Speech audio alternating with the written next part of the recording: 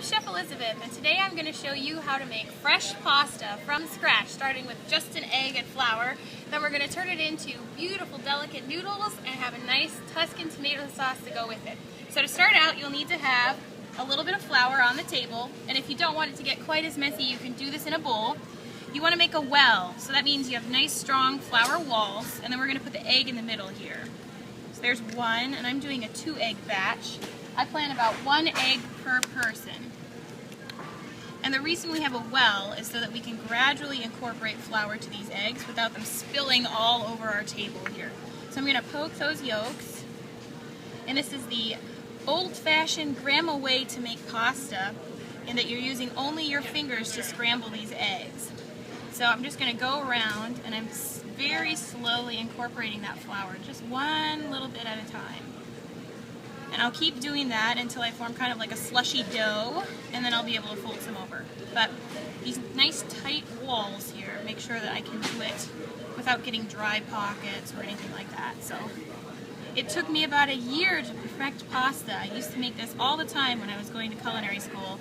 I think the first time I tried to make pasta, I was about 12 years old, and it was very rubbery and not so good. So I've learned there are a few tricks, and the first one is to make sure that you can consistently mix everything in this well. It should look lumpy at this point, but towards the end it'll get better. It'll be nice and smooth. So don't be worried if it's lumpy here, but if you get it too dry, that's where it can kind of toughen. So I'm just going to start kind of aggressively adding a little more of that flour without spilling. Get all the way down to the bottom. And like I said, you can do this in a bowl, you can do it in a mixer at home too. Just put those eggs in the mixer and gradually incorporate flour. So we're going to take this kind of slush here and just start folding it a little bit to get more of that flour in there. A little quicker. Just mix that. And then we're going to knead it. So that's the second key thing to having perfect fresh pasta, is to knead it for long enough. Inside flour, there's something called gluten, which is a word that you've probably heard a lot. A lot of people are not eating gluten anymore, but it's the reason that we have tender pastas and wonderful doughs that can rise high. So gluten is the protein found in wheat and other grains. And when I'm kneading this, I'm really working out that protein, just like a muscle. So I'm just building that muscle stronger and stronger. And that way, it will be able to hang on to itself, kind of while we have that boiling water going really quickly, and it won't shatter. If you've ever had homemade pasta noodles that have shattered, it could be that the gluten wasn't developed well enough, or maybe that wherever they were made, it was in a food processor, and that really shreds those protein fibers. You want it to lengthen and strengthen. So I'm just gonna, you can see I've got a nice dough here, and I don't want any of these little bits that are kind of dried out to get in there. So I'm just gonna clean that off and start kneading it. So unlike bread dough, you're not stretching, pulling, and folding. You're just kind of working that gluten by squishing the dough. And you want to get flour gradually mixed in, but again, you want it to be sticky at all times. It should kind of stick to your hands if you knead it long enough. And at this point, I'll sometimes pick up the dough and just kind of walk around my house so that I don't have to be in the kitchen the whole time. If I have friends over or something like that. I'm just going to keep going, and you want it to get nice and stiff. When I poke the dough now, it just kind of relaxes and leaves that little belly button there. I want it to spring back at me. So I'm going to keep kneading, just gradually incorporating that flour. And the littler the dough, the faster it goes. Bigger doughs take longer. So I'm going to probably let this go maybe another minute. And it should feel soft. Let's see if I can show you. It kind of has just like a little bit of a bumpy texture, but it doesn't look like there's really big dry pockets or anything. So that's what we're looking for.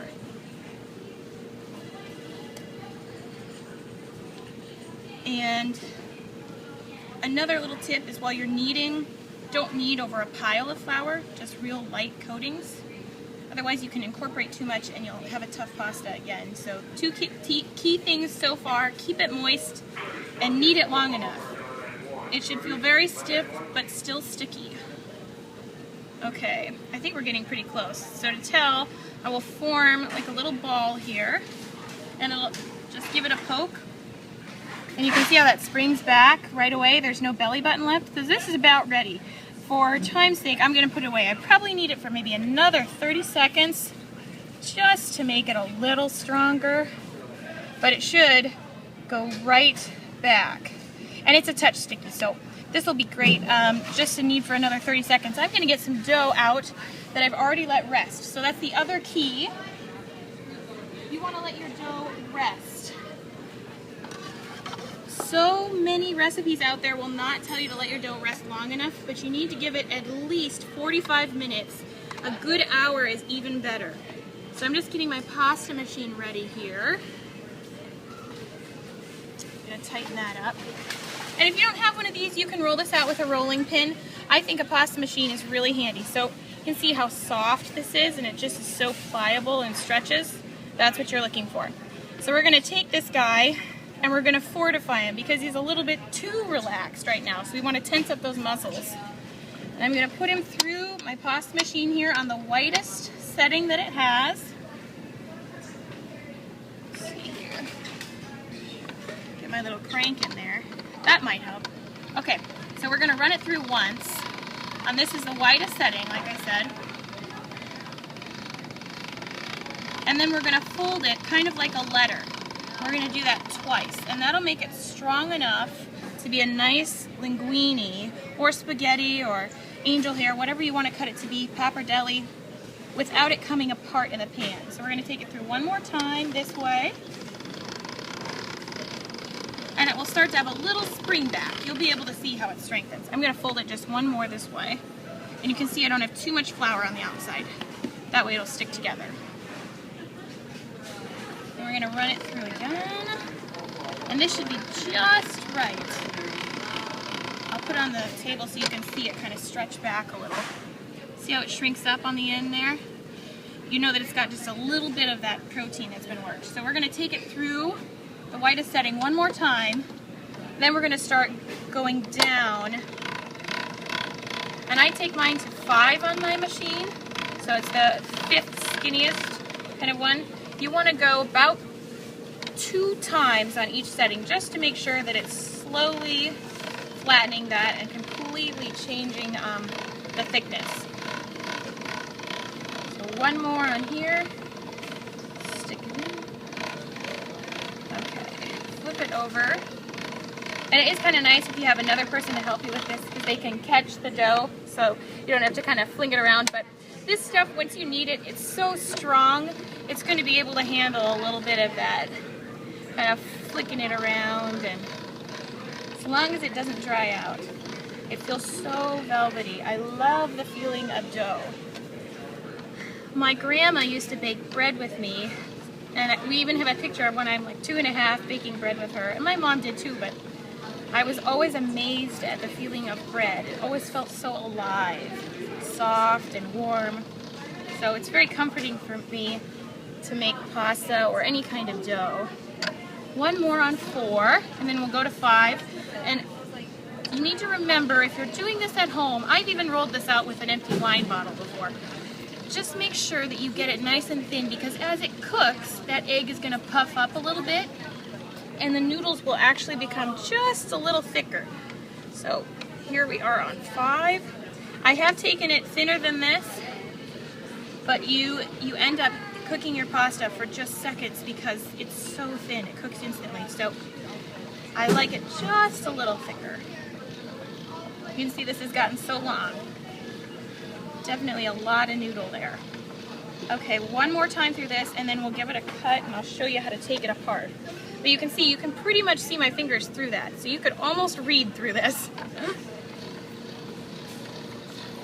And you can turn this into an herb pasta if you wish. You just need to add the herbs to the eggs and then put that in the middle of the well. So it'll work out for you. Just a little more flour because this is getting a touch sticky. Okay, perfect. So thin. I don't know if you can see there, but I mean that's really, really thin. So we're just going to take this, put it in some of our flour, and then we're going to crank it through the noodle kind of cutter stage. You can make ravioli with this as well. A lot of people will ask me that if I'm making pasta in front of them. You want to make it nice and thin as well. And the key to a tender ravioli is you don't want to seal the outside with egg, because the egg will get tough. If you think about how egg whites are a protein, they coagulate, they get kind of firm if you're frying just an egg white. So the outside of the pasta will get firm. You just want to use water to seal it, and that'll make a nice tender kind of outer portion. Okay, so now that I have flour on this, it won't stick. I'm going to put it through the last part, and I like wider noodles. They have a really beautiful texture. We're just going to collect those noodles as soon as I get a little space. And this machine is very old, so it is a little squeaky. You never want to wash your machine with water or it'll rust in there. It's always brushing it out. So, there we go. A little fold there. You don't want that. That'll get a little bit thick and it won't cook quite so evenly. Now flip it over so you can see all that beautiful pasta. And then we'll separate those strands. A lot of machines are built so that some of the strands stick together. To my knowledge, there's no purpose for that. Not in the kitchen, at least. But the cool thing is, if you're doing this in front of people, I'll show you a neat technique so you can look amazing while you're making pasta. So, you're going to take these strands, lay them out nice and long here. Yeah, and this will be a nice... Oh, look at that. So pretty. If you don't want them quite as long, you can cut them. But they're especially neat. So you can see these pairs of noodles. I'm going to stack them up. 1, 2, 1, 2. Let's do one more. Kind of, that one's a tight one for effect here. And then you'll just pull those apart.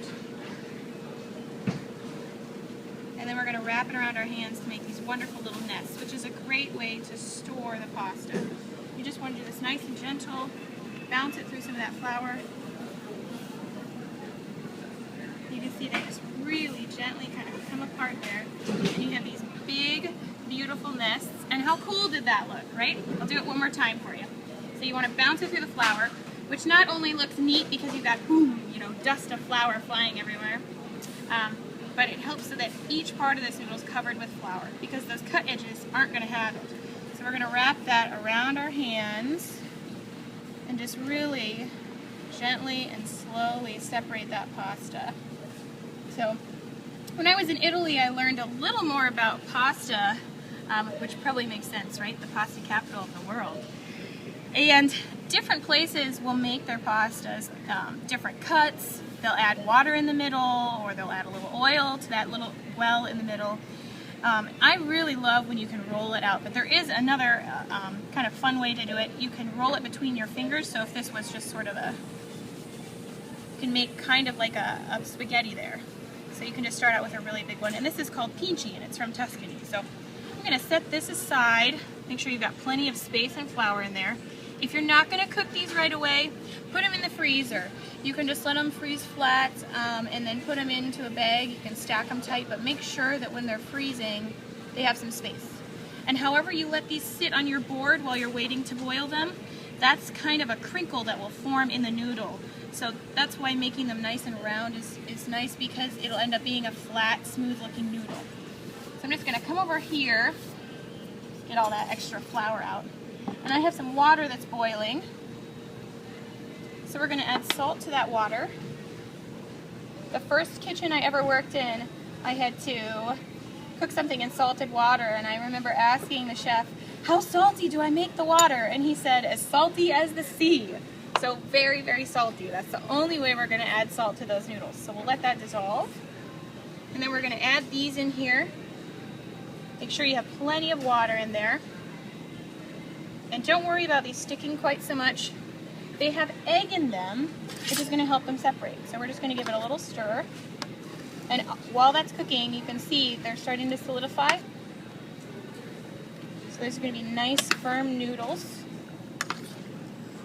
I think we can add just a touch more in there. So I'll add one more of these.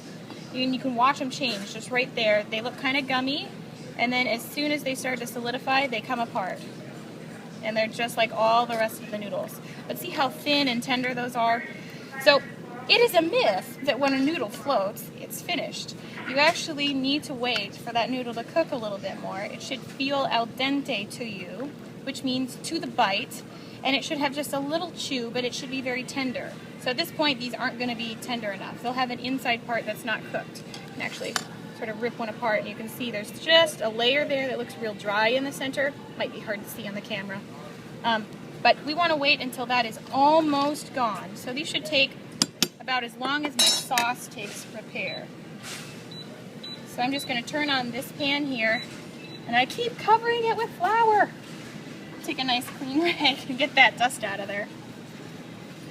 So we're going to be making a Tuscan tomato sauce, and this is a sauce that I learned to make in Tuscany, and it probably sounds like a no-brainer because it's just really simple ingredients. I think that Tuscany is kind of the Midwest of Italy. They do things simply. They use a lot of fresh produce. There's a lot of farming in the area, and so this is really just olive oil with a little bit of garlic, some tomatoes, some basil, and that's about it.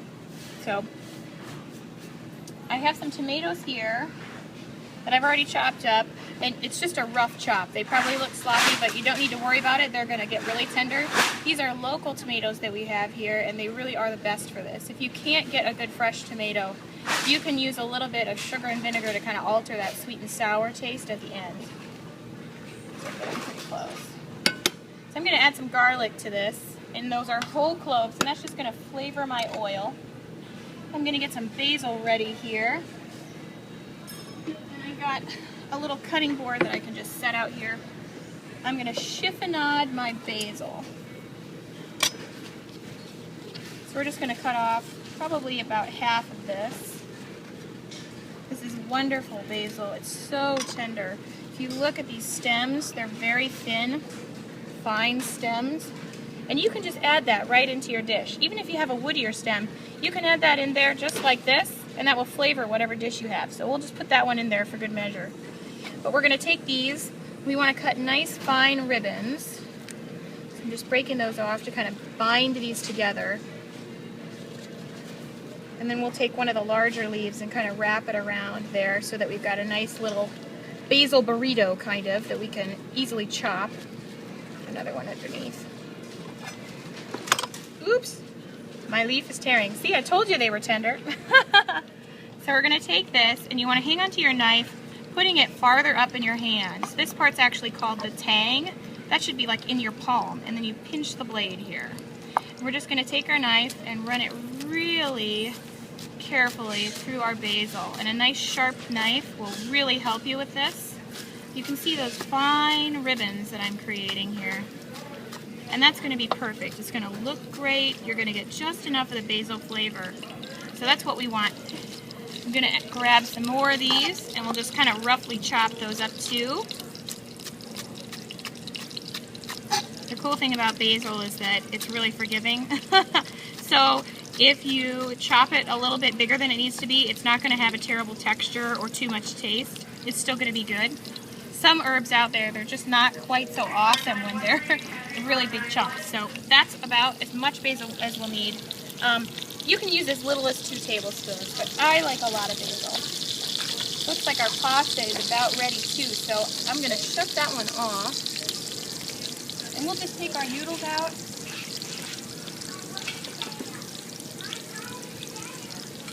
Put them on a nice plate here.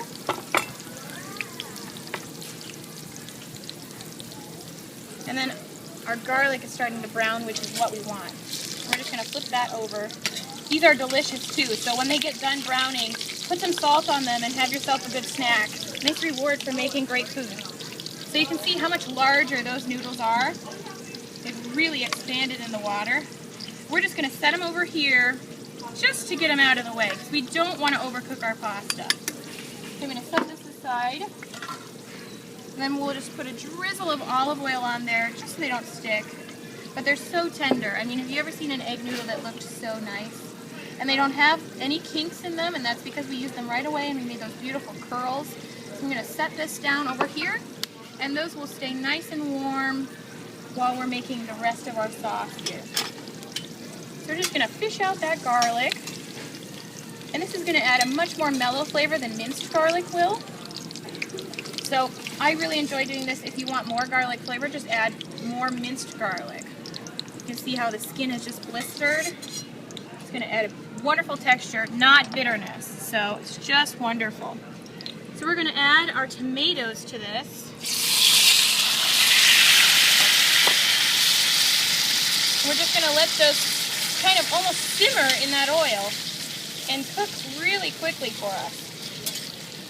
We just want to get a little bit. Actually, I'm feeling the garlic today, so I think I'm going to mince up this lightly fried garlic just so we can have a little bit in our sauce here. And big chunks are great for this because it's so mild. What makes garlic have a strong flavor is the more you chop it when it's raw. So at this point, it's just going to be mellow. And actually, the aroma that I'm smelling is just this caramelized, wonderful kind of mellow, earthy garlic, rather than the spiciness that kind of hits the high part of your nose and you almost feel like crying. So these are looking fantastic. And you do want plenty of good extra virgin olive oil. If you look at my bottle here, it says extra virgin olive oil. That means that it's been a cold press that was used to extract this oil from the olives. Other olive oil can use a heated press or even chemicals to extract it. So you really want to look for extra virgin olive oil. They've tested some of those other olive oils in kind of like a blind testing, and the things that use chemicals and heat can actually be classified as lamp oil just from the quality. So if you're getting extra virgin olive oil, it's going to work better in your dish, it's going to taste better, it won't smoke like some of the other oils will, and it never gets that weird fishy smell that you can get with vegetable oil. So these look pretty good. I'm going to add that garlic back in, and just a little bit of the basil. I want to have a nice amount of fresh basil for later. We're going to add some salt. And this is kosher salt, a good coarse salt. It's going to be more trustworthy than some of that iodized stuff. You're going to be able to get a faster salty taste. You want to use quite as much. And then this is just fresh cracked pepper, which is going to bring out the peppery flavor in that basil. And you can alter this. You could add onions at home if you wanted to saute some onions first. This is really all you need for a wonderful tomato sauce. Fresh garden tomatoes, my favorite part of summer. Sweet and sour, so good. And look at how red they are. You know they're fresh when they're that red. So we're just going to take this, add our pasta to it, and we'll put that all back on the plate there. So I want to coat that pasta. And a little bit of pasta water in there isn't bad. The reason that we use pasta water, it has a little bit of starch in it. It's the same thing that thickens your Easy Mac is starch that's around those noodles. And this will also help to kind of thicken our sauce. And you can add a little butter to this if you want. It'll also make a richer sauce, but I think that extra virgin olive oil is going to be great. So I'm just going to take this, put it on our plate. We're going to have a finished meal. So that didn't take too long, and it's authentic. Woo! Making a mess. Like I said, you can cut the noodles if you want. You won't make so big of a mess as I am right now. That's all right. We'll be able to clean it up. Good food is worth the mess. Put some of those tomatoes on top there and that nice rich sauce. Take a towel and kind of fix some of the overflow there. And then we'll just add that last bit of basil there. Maybe a little more sauce. I don't know. I'm feeling hungry. And you can see, look at how thick that's gotten. Just sitting there with that little bit of starch from the noodles and the reduction of the tomato juices. It's just wonderful. So that's all you need to do to make fresh pasta with a Tuscan tomato sauce. And this really is delicious. You'll impress your friends. I love it. And it's probably one of the easiest things you can make that's traditionally Italian. So very simple. Thank you.